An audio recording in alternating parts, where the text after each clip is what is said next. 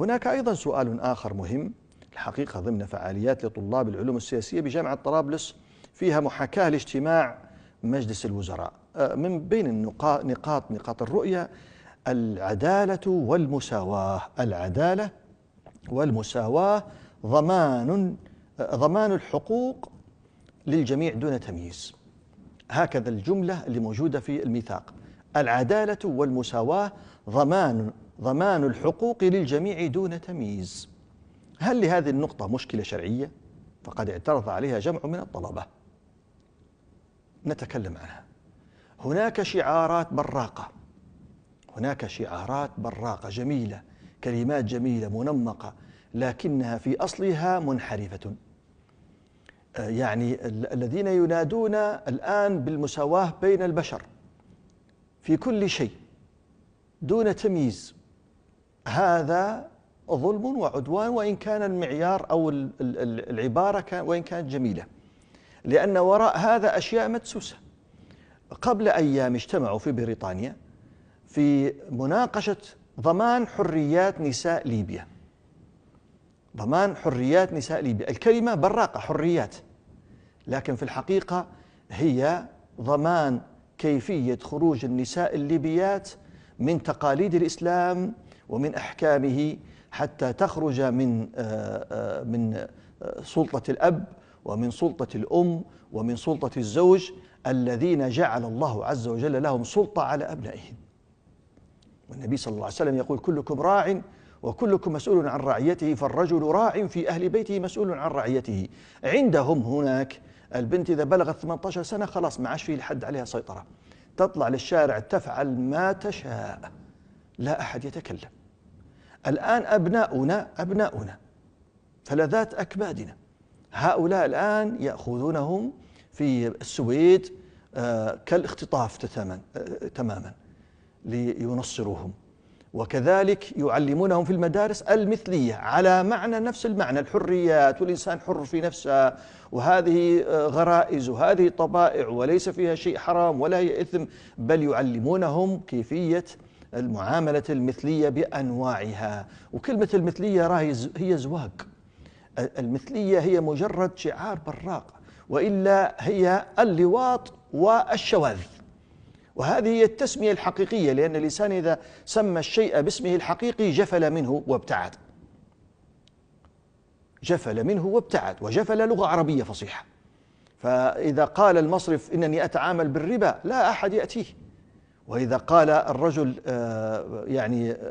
المثلية أو التماثل بين الإنسان أو المساواة أو العدل سيأتي يجري، بينما هي في الحقيقة الصورة مختلفة. العدل والمساواة، العدل هي كلمة القرآن، وأما المساواة فلا نرتضيها لأن لها معنى آخر، وهي التسوية بين الناس في كل شيء من غير تمييز، لا في ذكورة ولا في أنوثة ولا في دين ولا في جنس ولا في عادات ولا في تقاليد. هذا هو مرادهم، أن تخرج الفتاة منطلقة حرة من كل قيد، حتى ولو كان قيد الأخلاق، حتى ولو كان قيد الآداب، حتى ولو كان قيد الأسرة التي تخشى عليها بنيات الطريق والضياع. يفتحون الباب على مصراعيه ليفسدوا أبناءنا ويفسدوا بناتنا، كأنه لم يكفهم فساد بناتهم وأولادهم.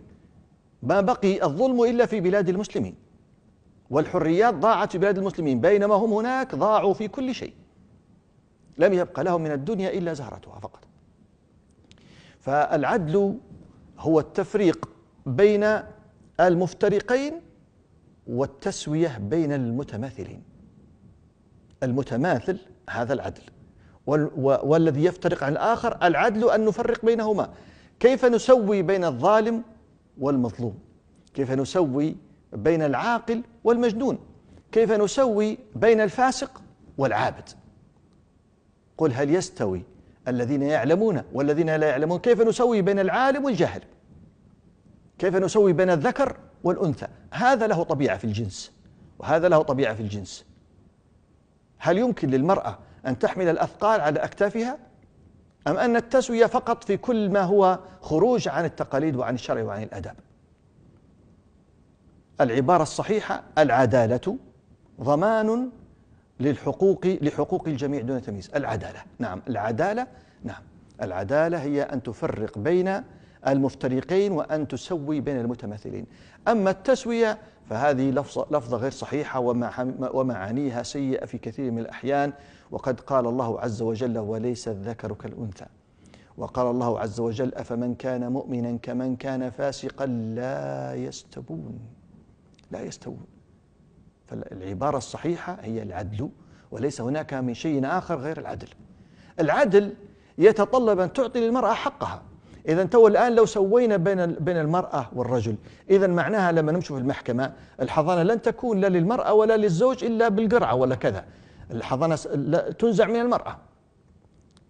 بينما العدل يقول لا، الحضانة تكون عند الجانب الذي فيه الحنان والعطف والحنو الشديد، وهذا لا يكون إلا للأمهات. الصغير لا تربيه إلا الأم ولا يربيه الرجل.